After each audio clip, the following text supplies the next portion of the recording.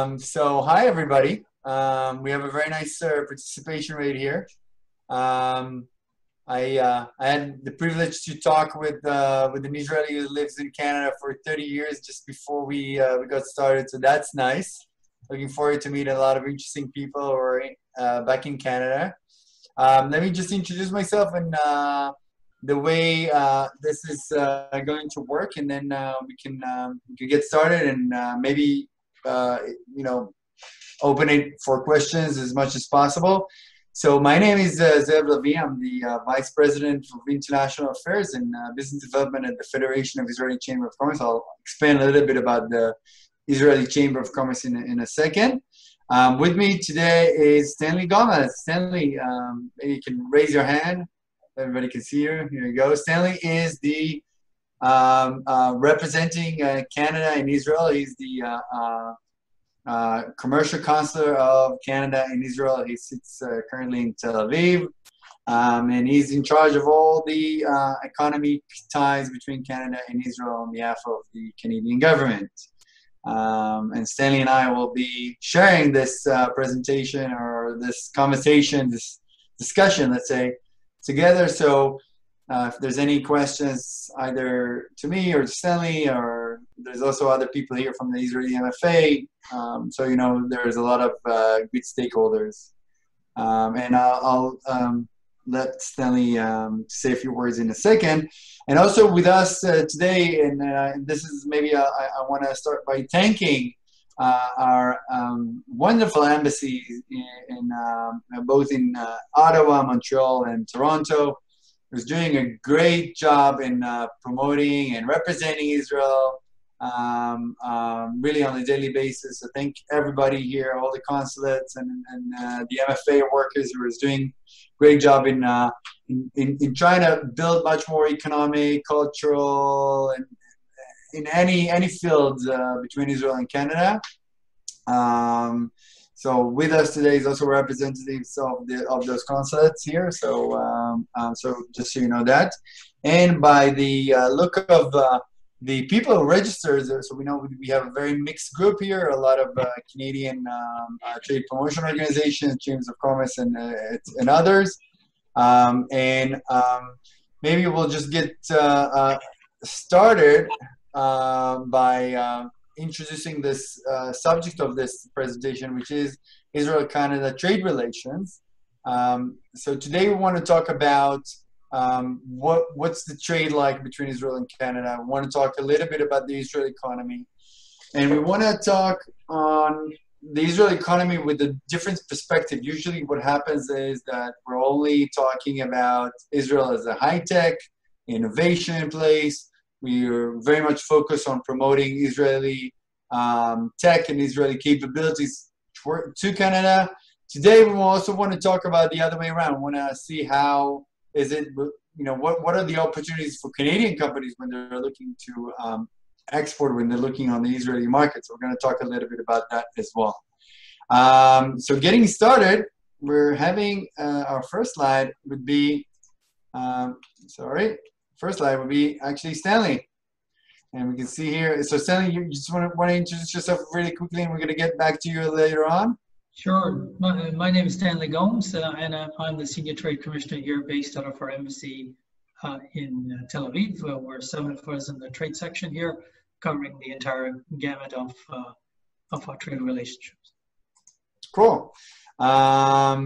So I'm just going to skip that. I'll get back to it later. So a little bit about the Chamber of Commerce. So we're the Chamber of Commerce. The FICC is the Federation of Israeli Chamber of Commerce, was founded in 1990. We're the biggest and oldest business organization in Israel.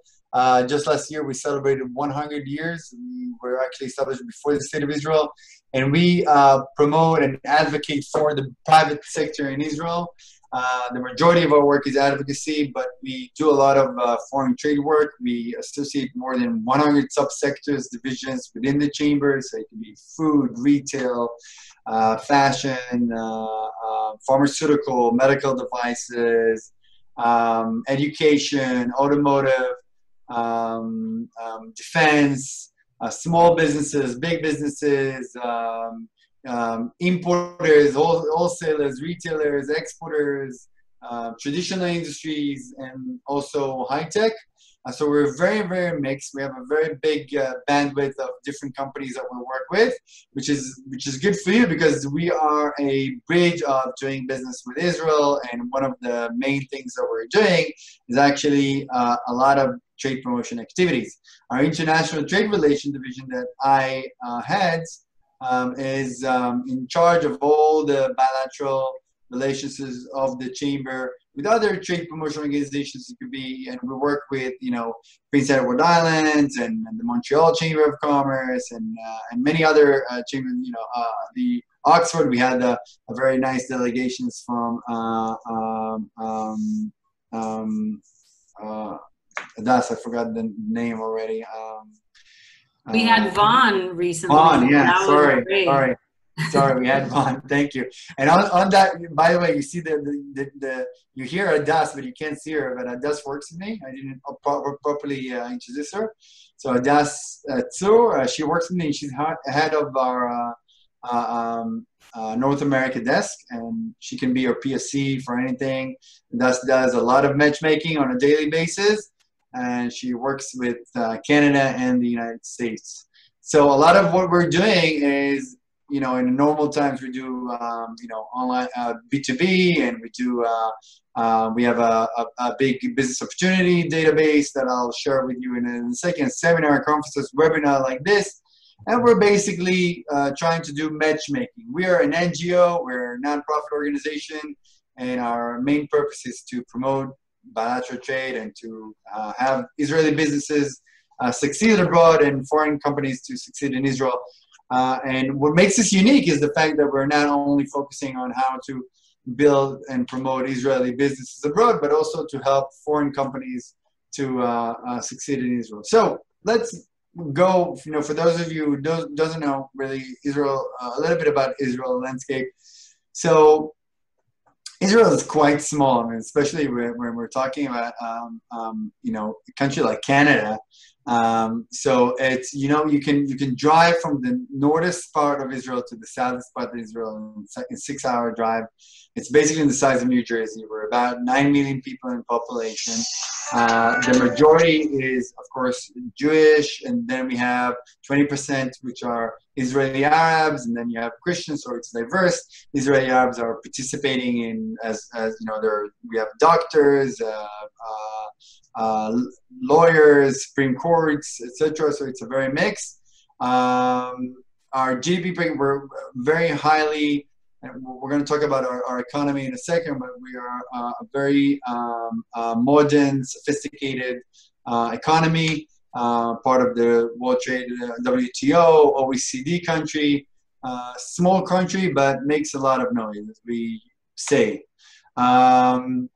Just a few, before we're going to deep dive a little bit about the opportunities, and we're going to try not to make it too long, just to show you what's the Israel economy in general. And I think that's one thing that Israel and Canada has in common, that both economies are very sustainable, very monetary discipline, and growing quite well.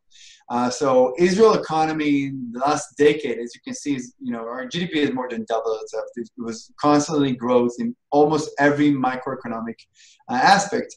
Our GDP per capita is quite high. Just before, everything that I'm talking to is pre-corona numbers. There's no point of looking at 2020 because it started out wrong. But until the corona, Israel was quite ahead. We just passed Japan by our GDP per capita. I just sat with the UK commercial consul here in Israel and said that by certain estimation, our GDP per capita also surpassed the British one. So it's a very strong market, both on our macroeconomic, our private consumption has doubled itself. But one of the main figures, and this is one of our straying points going into this crisis, is the fact that we have a very low unemployment. And in fact, if you look at the OECD average of unemployment, we're talking about 6.6%. Here in Israel, we went to this crisis around 3.8% unemployment rate, very low unemployment rate, where you have about 9% of the workforce in general is being employed by the high-tech industry. We're going to talk a little bit about the high-tech industry, not a lot, because that's, as I mentioned before, we want to go in a different aspect here. But the high-tech industry, which Israel is very famous for, employs about 9% out of the whole workforce in the private sector, which is quite important because this is a people who earn quite a lot of money. It's it's in dollars. A lot of them are working for multinational companies like Intel, for instance, that employs about 14,000 people in Israel. So this is a very important industry. But not only that, I have to say that we usually at the chamber we usually go against the government in many ways. We're saying better off not interfering and let the private sector do its role. But sometimes you have to complement the government, and the Israeli government in many years back understood that they need to maintain a very monetary discipline. And you can see that Israel was one of the only countries that have actually managed to reduce its external debt. And it's also the budget deficit. So we kind of like the economy in terms of the macro figures enter this 2020 world pandemic quite well. And if you look at what happened in 2008, 2009 in the world economic crisis, which is not similar to what we're seeing now, Israel was actually one of the only Western developed countries that actually kept growing, even though that we're highly dependent on foreign trade and we're highly dependent on EU and US market. Israel growth rate was about 3.5% in throughout 2008, 2009, and moving forward. So you can see that despite the fact that you have a very let's say tough neighborhood and we have a very unique security challenges, and we're a small market and we're like this island economy because we're surrounded with neighboring countries that we don't usually trade. It's not like Canada and the United States. We have a very strong economy that that is very sustainable. I didn't mention there on the trade, but we on the slides, but we do have very good rating by S&P and Moody. It's a AA+. So you have a very strong acknowledgement by institutional investors and the world that this is a very good place to do business in. Another thing that we have in common with Canada. So a little bit about the Israeli high tech. So I was going to say that Israelis in general are very much, before the high tech, even before the high tech, are very much entrepreneurial, and pretty much we needed to be entrepreneurial. May I interrupt for 1 minute? My name is Michael Blumenstein. I'm counsel to the consulate here. Hi, but Michael. In the interest of full disclosure, before you go too far into this, I am on the board of a company which runs basically $150 million crypto technology fund. So I'm just telling you this because I don't want you to say something you shouldn't, but it's important information for you to know. So okay, thank you, Michael. I'll try not to say something, but let's say the other way around. If I say something I shouldn't, which I'm not sure what it is, you'll go ahead and correct me. No, you're not allowed to say anything that I should correct you for. Okay, all right. Thank you for that. Let me continue. We'll get to the Q&A later on. But thank you for your comment.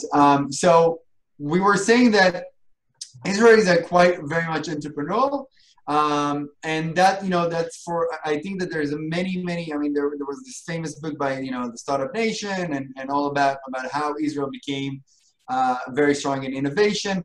And indeed, in many economic indicators, we're second to the Silicon Valley. We just saw the new startups ecosystem report that says that that Tel Aviv is number 6 in the most developed ecosystem of innovation and startups after London, New York, Shanghai, and stuff like that. So it's a acknowledged fact that Israel has a lot to offer in terms of technologies, and if you're a VC or a strategic company or a big corporation, and you want to know you need the cutting edge, the next generation technology, then you need to come to Israel. You need to have a presence in Israel, and in fact, Israel has more than 350 multinational companies who have some sort of R&D, and more than 500 multinational companies who have some sort of open innovation program or representation or scouting or you name it here in Israel. So it's a very big. You have a lot of foreign companies or big names who are in the market or employing people, and the majority of those companies are coming here, to be first in the market, to see what's happening, to get exposure to technology, and B, to have access to human capital. And in fact, I think one of our main assets in technology in general is the fact that we have a very, very entrepreneurial spirit, very out of the box spirit, and very interdisciplinary spirit that allows very creative thinking, very cutting edge thinking, and foreign companies likes it. We have a lot of Chinese, before the corona, who came here to learn how we did this innovation because they wanted to copy paste it, but a lot of the time we needed to tell them it's a cultural thing. But looking at this slide, and again, this is not an updated slide, you can see that there's a lot of active shoppers here on the market. You can see the top deals. I'm sure the majority of you heard about the Mobileye deal made by Intel. So you have big players here in Israel, and they're doing big M&A deals, big acquisition. One of the most interesting facts is that it's about what are the domain, and you can see that IT and B2B businesses are the main interest of foreign investors. And going back to the reasons of why, I tried to sum it up. Again, it's a whole discussion. I'm not going to touch industry and innovation in the Startup Nation spiel. I want to touch more on trade, but just to give a few points. So one of the things is again government support. I can't stress it enough. The Israeli government has created or had a lot of good effect in creating this ecosystem that enables the high-tech industry to become who it is. And you have the highest R&D spend as a percent of the GDP worldwide. A lot of programs, a lot of laws like the angel laws and investment laws that actually attract companies to do that. The Yozma projects were the first government VCs actually that the Israeli government really very early age understood that they need to come into the market and allow and put money, smart money, to allow innovation to grow. Another thing I would say is the fact that you have a very strong academia and industry relationship.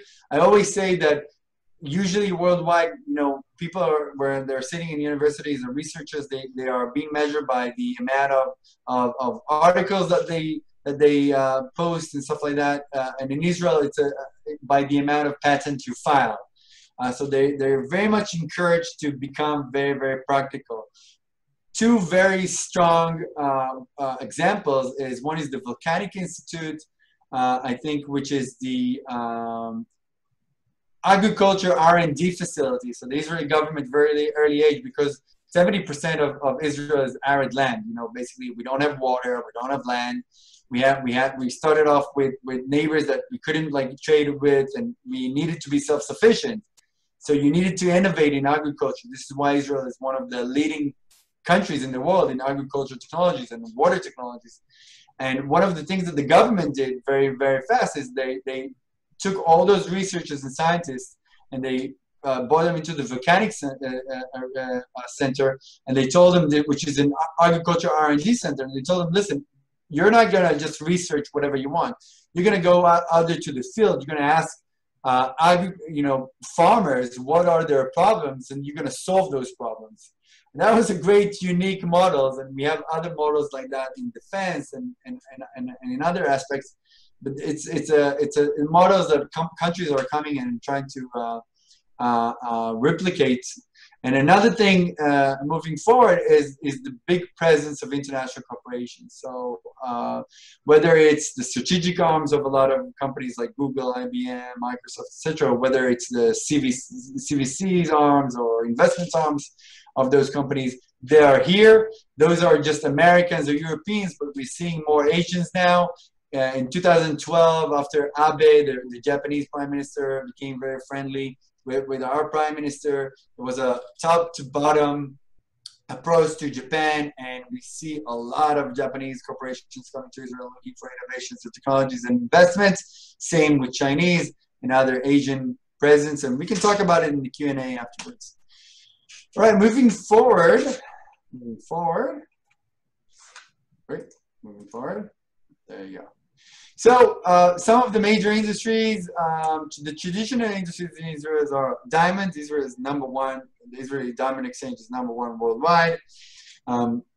Automotive, food, processing, chemical, plastic. But the advanced industries are pharmaceutical, Teva, one of the leading, third largest generic pharmaceutical company in the world. HLS, of course. Defense is not here, but also defense industry, electro-optics, electronics, etc., cyber, and many of the high-tech and internet. I'm just gonna go fast on those. I'm not gonna touch that, but just to show you how our export changed from manufacturing to mainly computer and R&D. So the percentage of our export is mainly high-tech. But I'm gonna move forward and say that Israel has a free trade agreement with the United States and Canada. Very much early age, Israel understood that they need to be more agile, more open to world trade, and to go into a lot of free trade agreements. Currently, Israel was the first country outside Latin America who signed an agreement with the Mercosur. If we're looking on the Americas, so we have a free trade agreement with the United States, with Mexico and Canada. We have a free trade agreement with the Mercosur, which is Brazil, Paraguay, and Argentina, I think, and we are just signed an agreement, free trade agreement with Panama, Canada, Colombia, and we're negotiating with Guatemala, but we also have negotiation in Asia, and we have with Turkey and with the EU, and etc., etc., etc. The majority of our foreign trade, let me just skip those slide, and just to tell you that 40% of our bilateral trade is with the EU, and about 23% is with the States. As you can see, the main trading partners are the US as a country and the EU as a bloc, and those are our main trading partners. And there is the problem, but also the opportunity for other countries. Israel imports pretty much as much as it exports, so I'm going to move from those numbers and say with services, Israel imports about more than $100 billion a year, and export about more than $100 billion a year. You can see here the breakdown of what it is that we import, a lot of machinery. So Israel imports almost everything. We're very shy of natural resources. Our industry, I mean, half of each dollar, 50% of each dollar that we export is originated from import, so we highly dependent on import, on raw materials, trade, and capital investments. And what we export, here we go. When we export, as you can see, obviously it's a lot of chemicals. So our export is quite centralized, unlike our import. So about this is what you're seeing here, the $58 billion of export. It's only goods. So Israel exports actually in 2009 $108 billion. So our exports of services that are not in this slide surpassed our exports of goods. So actually Israel exports much more services, which is high tech, than goods. And when we're talking about exports of goods, we're talking about a very centralized exports.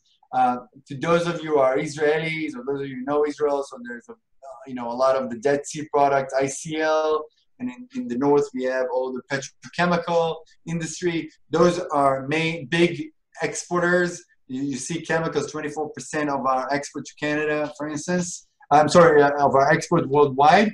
But obviously machinery and equipment and diamond, etc. Let's go down to imports. And I'm just gonna, before I'm gonna go to those slides. You know what? I'll go to those slides.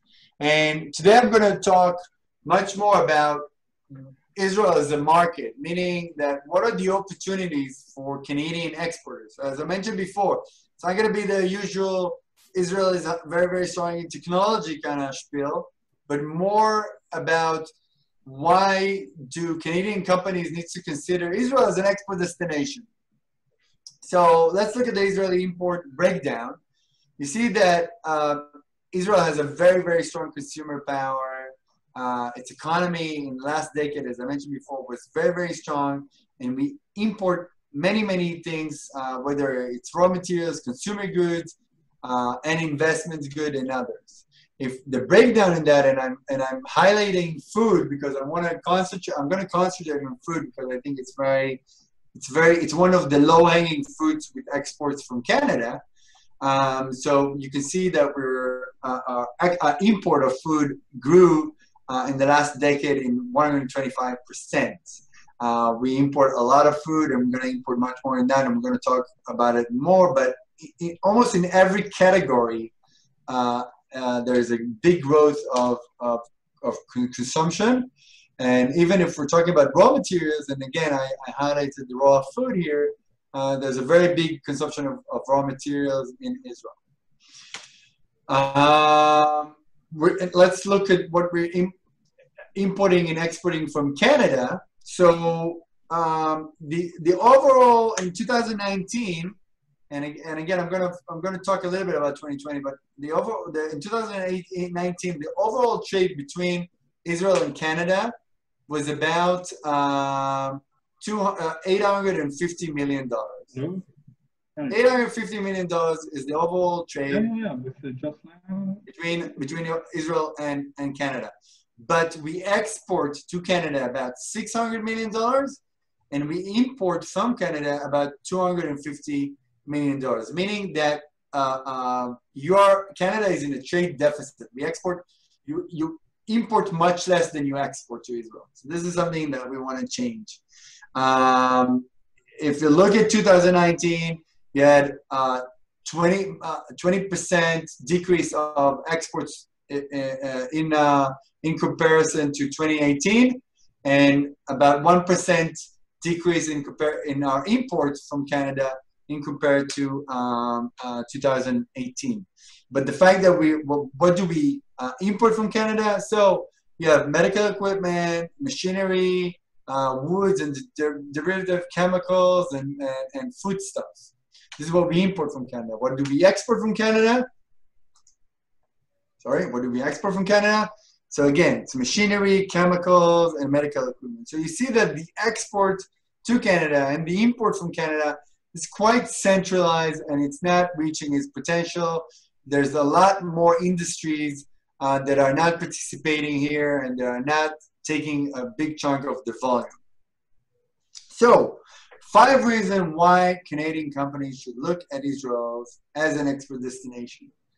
And that also sums up the first part of my presentation, and we're very close to an end, and I'll hand it up to Stanley in a bit. 5 reasons why. First of all, populations. Sorry. The reaction here is a little bit. I'm pressing buttons, and the reaction is quite slow. So excuse me for that. So first of all, about population. So look at Israel. When you look at Israel, a lot of companies saying, yeah, but it's a small market. So our market size is very much similar to a mid-sized market in Europe. Let's say Austria, Belgium, Denmark, and stuff like that. We're about 9 million people, and I'm not counting the 4 million people in the West Bank. We can talk about it a little bit later, But basically, a lot of the importers who imports to Israel are also companies who also sell to the West Bank because it's one custom envelope. I'm not going to get into that too much. But Israel is the only Western developed country in the world that's going to double its population. By 2015, we're going to be 17 million people. That means that we have a lot more mouths to feed. That means that you have a lot more infrastructure projects, water projects, sewage projects, engineering projects.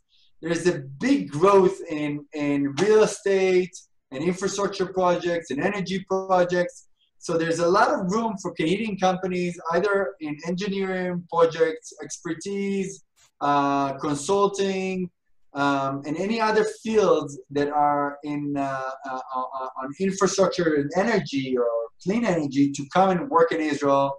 There's a lot of need to increase our clean tech and our renewable energy consumption. So many projects on those fields, whether it's roads or interjunctions, and so because currently we're sustaining a 9 million people population, but very fast we will need to have a whole new infrastructure that will grow that. And again, in terms of also as a consumer market, 17 million people, it's not a small market. That's a very strong mid-sized market with a very strong, by the way, consumption rate. So we showed you before, we have a strong economy, we have a very strong GDP per capita and a very strong consumption rate, consumption capability. So it's a good market. So if I'm a Canadian exporter of food, I'm looking on trends. So I know that I have 9 million people now, but this is only going to grow. And as I mentioned before, very strong and developed economy, sophisticated market. It means, and one of the also very a good thing, and I'm touching it on I'll touch it in point 4. A lot of international companies are already here. As I mentioned before, we have a very strong purchasing power and a very strong currencies. In fact, our shekel, this is our currency, it's quite strong. And if it wasn't by manipulation of our central bank, it would be one of the strongest currencies in the world. It means that we have the ability to purchase. And this is a good time to interact with Israeli importers. The two other points are mainly about business. So we have a very good business culture. It's very Americanized here. English speakers, early adopters. Israelis are very direct, very accessible. There's no problem to reach out to them. We're very much Western. So go moving forward. Now Das tells me to go forward. Moving forward. And last point is the logistics. So 70% of the population is in a very small part of Israel. And so it's not like Germany. You need one distributor in Munich, one distributor in Berlin. You can actually have a very strong market that, and if you find a very good partner, you can actually succeed to logistically work within the market. So what are the import opportunities? I'm gonna go very quickly here. So automotive and afterparts and equipment, electricity and energy, as I mentioned before, very strong opportunity. Food and beverages, I'm gonna touch upon it a little bit in length. Clothing, footwear, transportation, ITS, so any software. There's a big issues with transportation here and mobility. So any companies who have ITS solutions are very much welcome. IT, infrastructure, electronic components, medical equipment, very strong market. I'm going to touch that. And telecommunication, aerospace and defense, also very strong market. Within Canada, Bombardier is one of these most famous Canadian companies, or in Israel already, has 2 facilities in life science and ICT. Moving forward very quickly, things that Israelis are very good at. And I think that in every one of those points, there is a Canadian need. There is a very good, strong synergy between Canada and Israel, which I believe that is being missed because of lack of awareness. every time that we're doing this webinar or seminar to Israeli companies, it starts with why Canada, because they only focus on the United States. They don't understand that they have a great economy, a little bit northern than New York, who needs all those things that you see here on the slides, and I think they're just missing out. Let's touch a little bit about the Israeli food market. So for those Israelis of you, you know how expensive it is to be in Israel. You know, Israel is a very strong food market. We import about almost $6 billion of food products a year. Very low from Canada. So that's the market. We need to see more Canadian companies with more products coming to Israel. That's the competition that you compete with are European and American exporters. And there's no reason why you won't have that market. It's a very strong market. As you can see here, the breakdown on what Israel imports.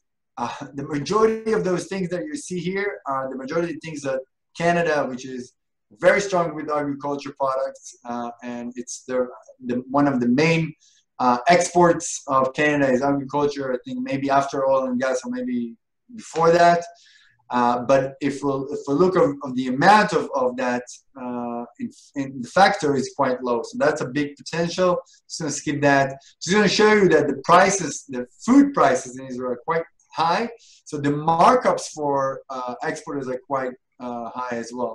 Even though that it's a price-sensitive market, I would say that the biggest trends in food market in Israel are white label. A lot of companies, a lot of food retailers, which we associate, are looking for white label products. So you can do OEM manufacturers on food. And the other thing is discount prices and stuff like that. Just going to skip that. Automotive after parts equipment, also a big market. A lot of automotives in the streets. As I mentioned before, if you look at the population, you see there's about 2 cars per person in Israel. Very high participation of cars on automotive on a very small scale country. But that market of automotive after parts and equipment is quite high. Medical equipment is quite strong. So Israel is very strong in medical equipment in terms of, and healthcare and life science in general in terms of its exports.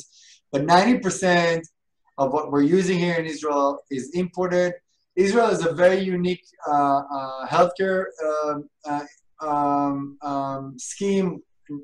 Almost 100% of all Israelis are insured. We have a national healthcare law. We have a national healthcare basket, meaning the country are subsidizing treatments and pharmaceuticals and medical devices. And you have a very high expenditure on participation of medical insurance and a lot of doctors and a lot of hospitals and a lot of beds. So that's medical equipment from Canada is very much a strong market together with food.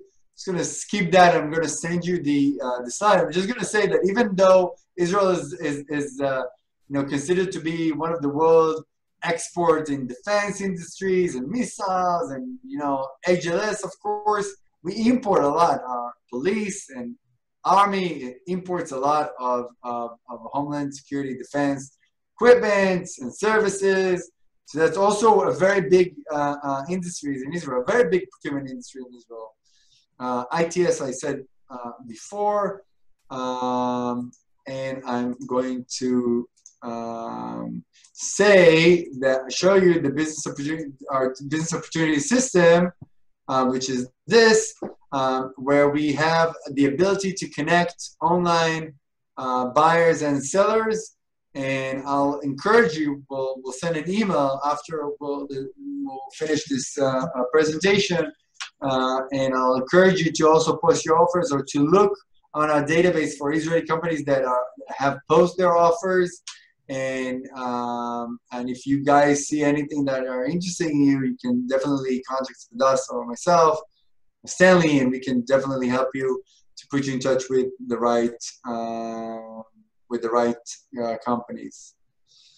That being said, this is me, this is Hadas, we're here, and I'm just gonna stop sharing, and I'm gonna let Stanley take it from here. Okay. Thanks, Zev. And I have to say to all my colleagues back in Canada, it's great to see you all. I hope it's you finally got some nice warm weather like we do here in Tel Aviv. I'll tell you a little bit about what we do at the embassy and the kind of programs we run, so you have a sense of how we've tailored our program. Zev laid out some great data and background on the Israeli economy, and that's what we use to drive how we design our programs. So we really, our program at the embassy here in Tel Aviv is broken into 5 main groups. The first, of course, is in science and technology. Israel's output in the services sector is well over 45% of its economy. So naturally, we tend to focus on the science and technology piece that is very important to Canadian companies. And even within science and technology, there are really 2 groups of people that we see here all the time. One is the universities and the researchers that do traditional research. And I have to say, just about every university, major university back in Canada has an agreement of some kind with every major university here. So the depth of interaction between our university communities is quite intense. And you can imagine that, off late, each university now has incubators and accelerators. So this extends outside the realm of just pure R&D. And another subset of science and technology is company-to-company research. And so, and what I mean by that is when Canadian companies will say, I think I want to improve this product. And vice versa, we see Israeli companies that say, we'd like to add this feature and we'd like to test it in the Canadian market. So a big part of our business really at the embassy is very much focused on science and technology. The second community, I guess, of people that we see here is the investment community. And these are venture capital guys, these are institutional investors, these are fund-to-fund investors who are either putting money into companies in Israel or are looking for something specific. They want to invest in fintech, for example, or they want data analytics, these kind of specific components. Or it is basically like our pension funds and Caisse de Dépôt who just want to put money into fund of funds. That's another group of people that you see here. We also see large Canadian companies that come here looking for Israeli tech. And in that category are usually our big banks, our insurance companies, the mining companies, who are looking for pieces of technology or solutions to integrate into their back office. And that's a regular group of folks that we see here all the time. And then we have the SME category. And like Canada, Israel is a country of SMEs. So you'll see a lot of people trying to figure out these markets. And I think Zev pointed out correctly, intuitively, if you ask a Canadian, what do you think about doing business in Israel? The first answer is, well, it's a small economy, and should I really invest in that? And inversely, if you ask an Israeli company, they say their focus is on the U.S. market. So indeed, the challenge is to figure out where the SMEs have a mutual interest. And what we found primarily is the mutual interest is in partnerships, where Canadian companies want components of a software, and I call it the supply chain of software. So they're looking for either sensors, they're either looking for analytics software that complements something else, they're looking for enhanced imaging software, pieces of artificial intelligence or data mining, data analytics, these kind of things that fit into their already existing solution. And we have a bunch of programs that we've designed around this area. And the final piece that we do being a government institution is trade policy. So we do the things that you don't get to see too often in the upfront. We try to make sure that trade happens peacefully and quickly and seamlessly in the background, and that's through our free trade agreement. Of course, that I'm very proud to say I was one of the negotiators of that agreement, and it's coming up to 1 year in September. So we're super excited, and we work with the Ministry of Economy here in Israel on different components of this agreement. And whenever I talk about the free trade agreement, everybody kind of emphasizes the word tariffs. Have the tariffs gone down? Is the tariffs how is the tariffs going to help us? And I will say traditionally, Canada and Israel have had a very good trading relationships, and the tariffs have been low and going down, going back 20 years. So the biggest effort that we put into this free trade agreement is what we call non-tariff barriers.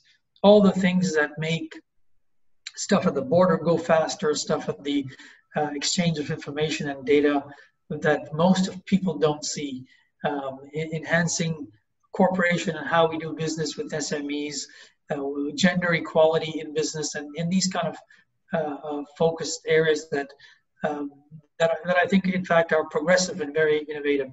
So that's the kind of groups of people in the areas we focus on. And the sectors that we see the most activity from these groups is certainly in the area of life science. I have to pick life science right on the top. And we have a lot of interest in the areas of brain research. We talked about medical equipment.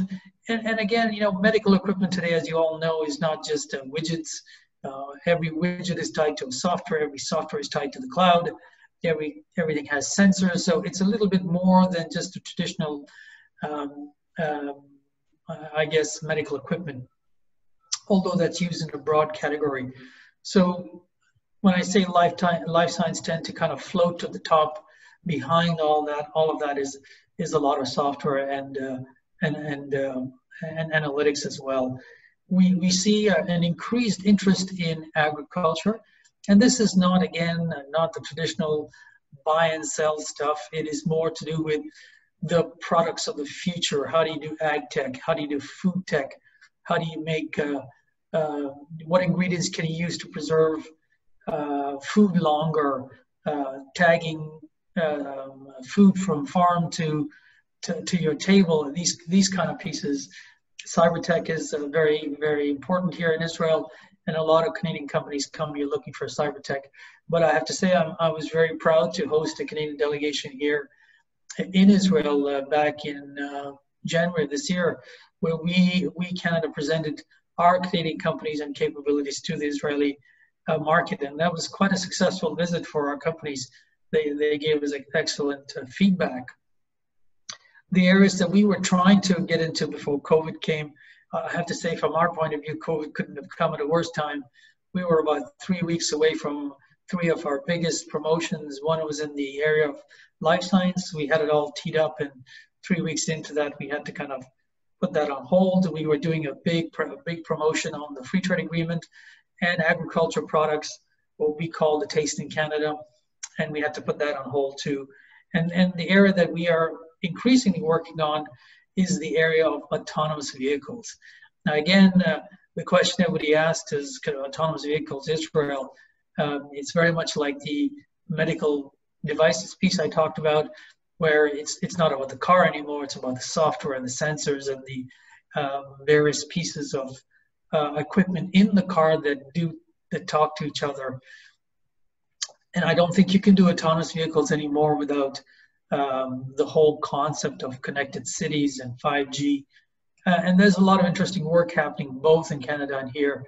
And both our industries are very curious as to how we can cooperate together to kind of solve a common problem that we have in Canada and in Israel, which is scale up. I think we have great companies that get off the garage and build out fast, and then we reach this saturation point. We suffer from the same issues, which is we get bought out too early. There's a drive in Israel to make sure that the companies stay in Israel and grow in Israel. Very similar to what we're trying to do in Canada is try to make sure the companies kind of incubate longer, build capital, much more capital, and then grow their technology faster. So the one area I think is very interesting for Canadian companies and Israeli companies is to ask the question, how do we grow our technologies together so we scale faster? Because not everybody can build everything and scale at the same time. That's a challenge that is quite difficult to solve. So I'll kind of stop here and leave the floor open for questions, and between Zev, myself, and the rest of the crew, we'll be happy to engage with you. Thank you. Stanley, I'm going to keep you on for a moment because we have a very interesting question from Jennifer, and I would love your take on it. Jennifer wrote, we see Canada, mainly Ontario and Vancouver, having stronger bilateral business than Quebec. I don't know if she meant it in general or specifically to Israel. I think we can... With Israel, yeah, the bilateral. Okay. Hi, Jennifer. Hi. You can unmute yourself and just... Okay. Yeah, so Jennifer, go ahead. Go ahead. Yes, hi, everybody. Thank you for all this. Jennifer. Just introduce yourself. If you're... No, but we can't hear you. Unmute.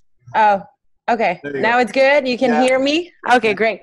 So Jennifer, I'm now based in Israel, Jerusalem. I made Aliyah 2 years ago after about 30 years in Canada, mostly in Quebec, Montreal.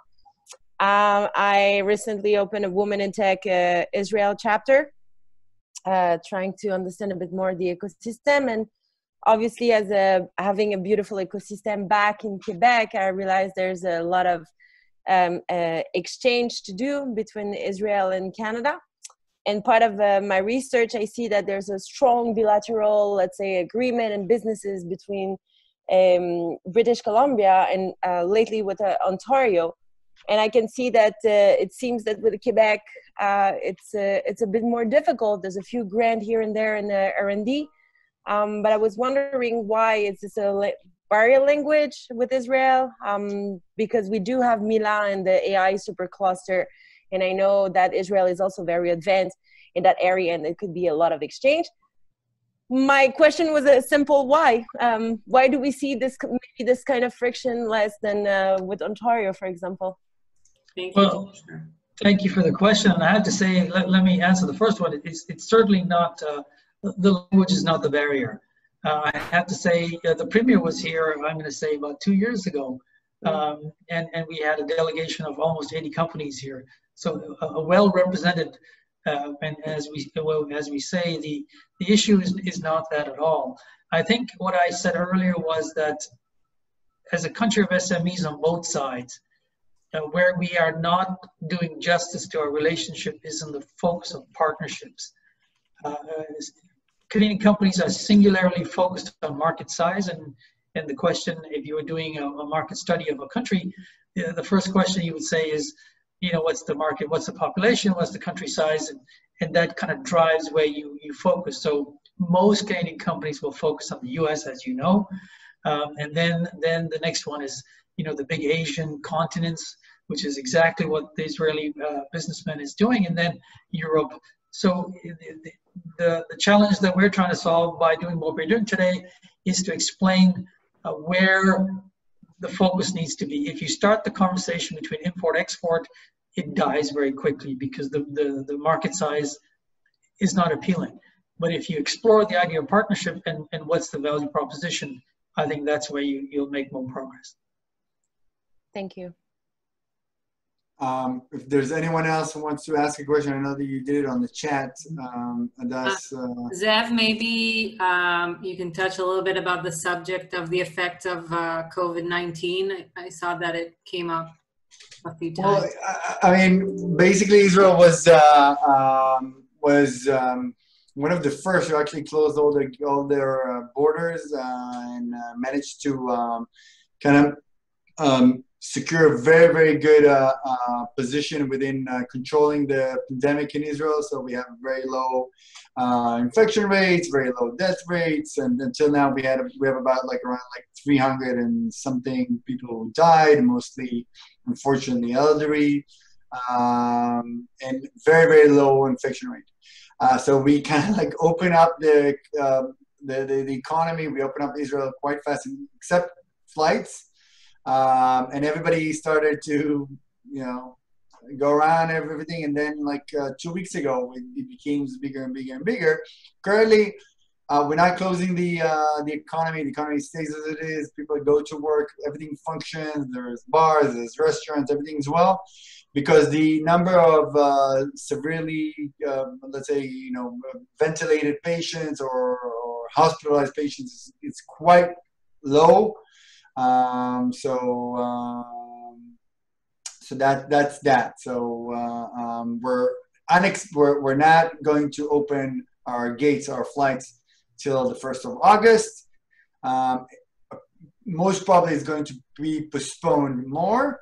And we were in the green list of countries that were able to go to certain EU countries before 2 weeks, and now the EU has said that Israelis are not allowed to enter the EU. So the pandemic is back, but it's not really back, so we don't really know what's happening yet, but it's growing. We have about 700 between 500 to 700 people who are getting positive tests each day, but the number of tests is very, very high. We're reaching about 20,000 tests a day. So I think it's quite easy. In terms of the economy, we entered the economy quite well. It's still, we suffered a big crisis. There are some sectors that are very, very badly hurt, like retail, restaurants, and entertainment, but we'll see how we're gonna face it. Our export went down, our import went down. We'll see how we're gonna face it. Yeah. Alessandra, you wanted to ask a question. You want to just unmute yourself, or?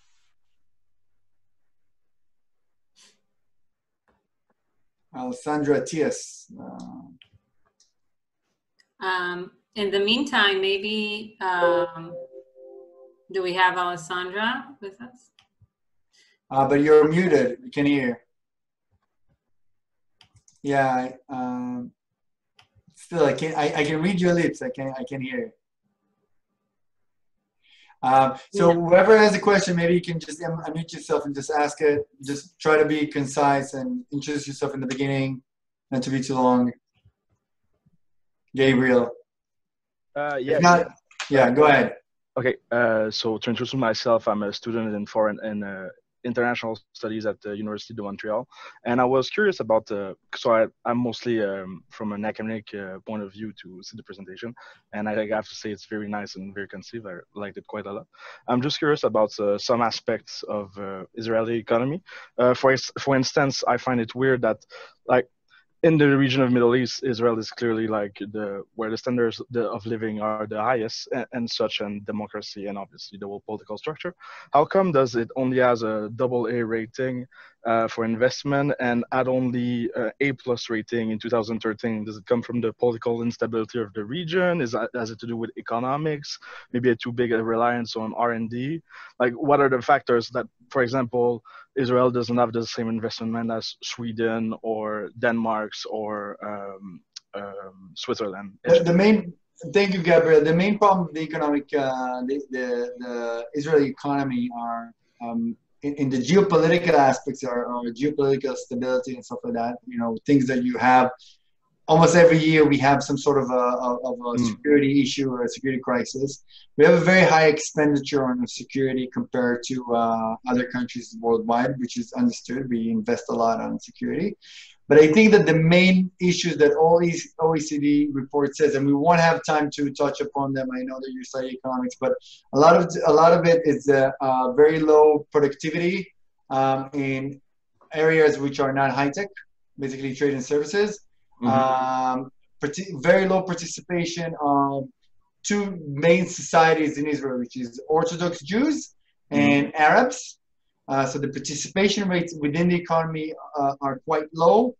transportation, as I mentioned before, and infrastructure is a big issues of productivity that all reports are saying to us that we need to improve, because people, they are living. You guys, you're not going to understand the distances here, but let's say if I'm like 15 miles away, I can drive an hour and a half to work. That's crazy. I mean, you spend a lot of time so it's mostly constructural issues on the economy that does that, not necessarily the geopolitical aspect, but also that's a part of it. Okay. Let's if someone else, I hope I answered, but we can. Yeah. Thank you very much. Does anyone else?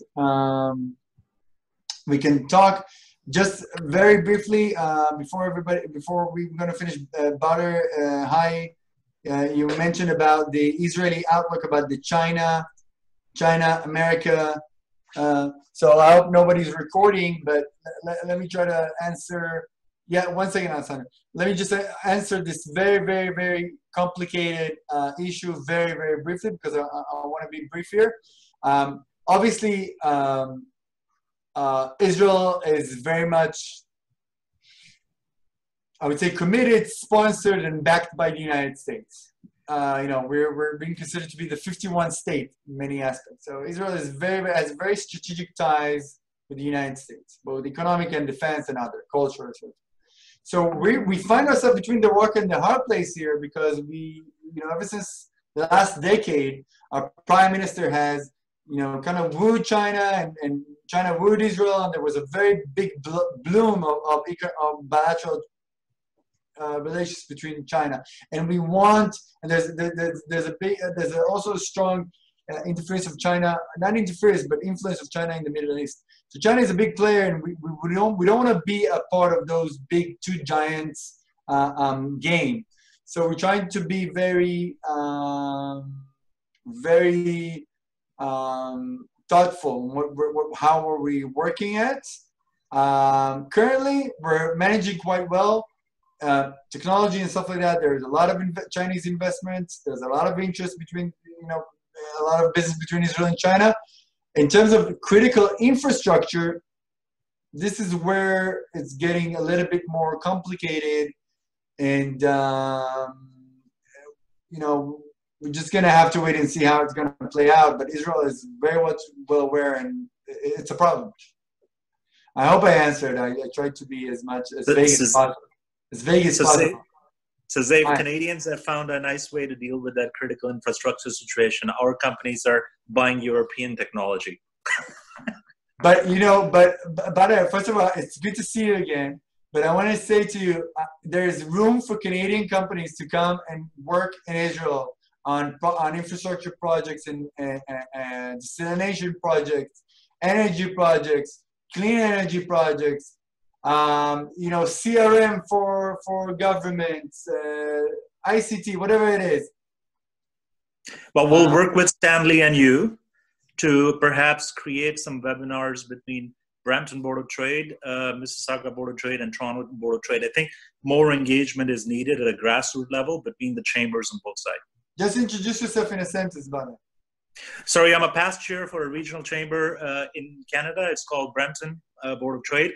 Brampton is the third largest municipality in GTA behind Toronto, Mississauga, and perhaps the second fastest growing city right now. We're well known for both transit and retail administration related companies, as well as manufacturing. And we're very keen on building upon our ICT cluster. I believe our former mayor, Linda Jaffrey, along with a team of regional participants, did visit Israel for that reason a couple of years ago. I think Medtronic was part of that trade mission. Stanley would probably know more about it, but we also need to build up upon it. So as I said, happy to coordinate some webinars between regional chambers. I think this message needs to be broadcasted a little bit more broadly.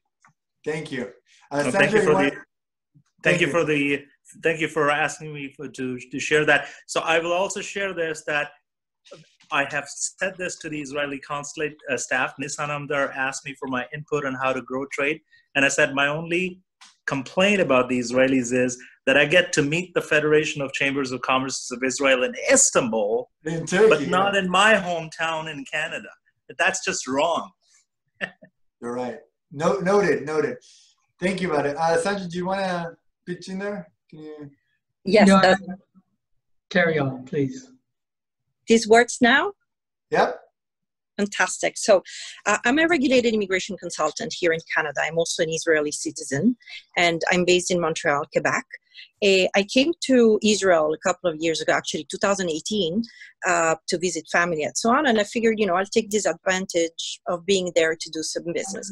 I found, obviously, my message is to encourage, I also come from the high-tech industry in Israel, to, not necessarily move their development to Canada, but certainly since most Israeli companies have an ambition to have a North American office, which generally is in the US, I was trying to explain to them how more efficient in terms of economy, development credits, and so on, it would be to settle in Canada as opposed to the US.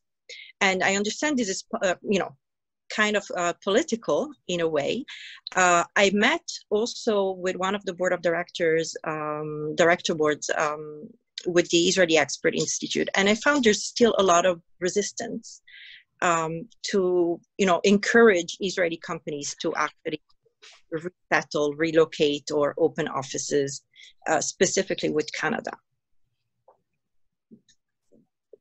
And the question is, how could we help promoting Canada as well as a venue for access to the NAFTA zone, which is changing names today? Stanley, you want to take it, or should I? I don't think I don't think I don't think this answer is political, and I don't think there's a general trend to try to discourage. I just think people don't know the advantages, and thank you for bringing it up, because in the end of the day, when you think about accessing the North American market, everybody thinks of the U.S. first. It's just a function of how what everybody knows, and it's no different than in Canada. When we think of going international, the first thing companies think of is the U.S. So that's my first point. And the second point I have to say is I'm seeing a trend where a lot of Israeli companies are now thinking of listing on the TSX.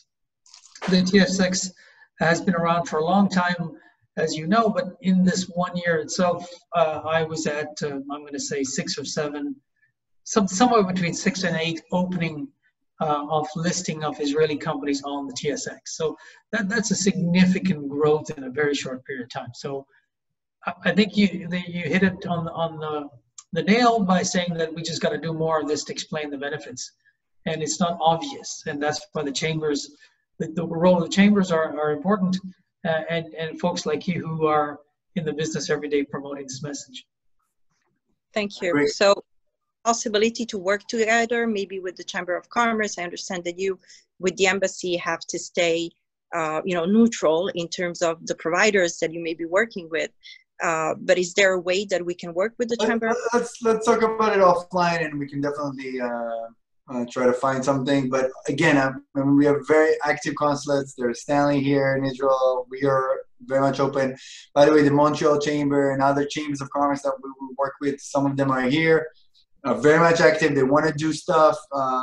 So I think, I really hope that 2020 would be kind of like a rise in delegations and in business between Israel and Canada, mostly because, again, it's a synergetic market. Canada needs a lot of the technologies and expertise that Israel has to offer, and Israel needs a lot of the goods and services that Canada can offer. So we're not competing with each other. I have to tell you that, I have a very close friend of mine, my age, that lives in Canada, is married in Canada. And I always tell you, I see a lot of the companies that are coming to me, and they're only looking at the U.S. They're not looking in Canada. They're missing out, and there's a lot of opportunities for Israelis or companies who want to represent Israeli companies, who want to work with Israeli companies in Canada to do business, to work with that. So I think that's I'll just add, I would have said, looking at our business plan for 2020, this would have been the year of the most amount of delegations had it gone as planned. The last 3 or 4 months that went by, we had 7 or 8 of them lined up, which was quite significant for just a quarter and a half. So it's there. We just got to, and unfortunately, COVID did a number on all of us, but it's certainly there. Okay. We need to move. Sorry, we need to move forward and kind of like also start wrapping it out. I just want to say, Oded, you wanted to make a comment, and then. Yeah, good afternoon and good evening to everybody in Israel. So first of all, let me introduce myself. My name is Oded Orgel. I'm actually president of the Canada-Israel Chamber of Commerce. We have been, and I know Stanley has been a wonderful advocate and a wonderful friend to our organization. We've met a number of times. I've been quiet. The chamber has been dormant in many ways for a variety of reasons for the last 6 to 9 months. And I've been diligently writing down emails of yourself, Zev, and some other people, and I've reached out. So I will reach out to everybody. I just wanted to introduce myself. We have been quiet, but there is a plan in place that people will start to hear from us this coming week or two. And we look forward to working with everybody, all the people on the call. We actually literally just this morning, we've added our new emails. So we actually have oded@canadaisraelchamber.com. So there's some things coming up. So I just wanted to say hello, explain we have been dormant, and again, look forward to engaging with everybody. All the things that Stanley just talked about, Israeli companies looking at the TSXV and the Canadian Securities Exchange. Badar, who's been, we haven't met, I don't think, but I know of you, and I will reach out to you and some of the people who commented in Quebec. So again, I just wanted to say hello. Thank you. Look forward to working. I was all set to launch in March, April, when then COVID took me aside with some personal issues and dealing with everything. So hello to everybody. Shalom. Oded, send me your email, and when we'll send an email to all the participants after the webinar, we'll add your email so everybody can contact you. I'm going to do that right now, and this is my email. And Zev, I didn't catch yours. I caught Adas's, but Adas is there. I'm just talking. Adas is the one who's doing. Everybody's going to get the presentation and everybody's contact info after the event. So. But yeah, but bilateral Chamber of Commerce is a great, and I wish you all success, and we'll talk and we'll collaborate. I think we're gonna wrap it up. I just want again to thank our, first of all, Stanley, thank you very much for your time. Thank you for your effort. You're doing great service to Canada. I mean, I always say I haven't met a Canadian who wasn't nice. That's the problem with the Canadian. They're all like too nice. But really, Stanley, thank you very much. And I want to thank our consulates, David and everybody. Thank you very much for the service that you're doing for the state of Israel, and keep pushing forward Israel, even though we're in a big of a global issue. And to the rest of you, we're gonna share all our emails, and that's we don't have a business interest. We just want to connect you all. So. I want you to make more money. So good luck, and thank you very much for listening, and thank you. Thanks, everybody. Thank you. Bye-bye. Bye-bye. Thank you, everybody. Thanks for the conference, and have a good week. Thank you. Thanks for having us. Looking forward to connect. Thank you, everyone. So no worries. We have your emails, and we're going to email you the presentation and contact info tomorrow morning. You'll get it, and stay in touch. Thank you. Sure. Thank you. Bye.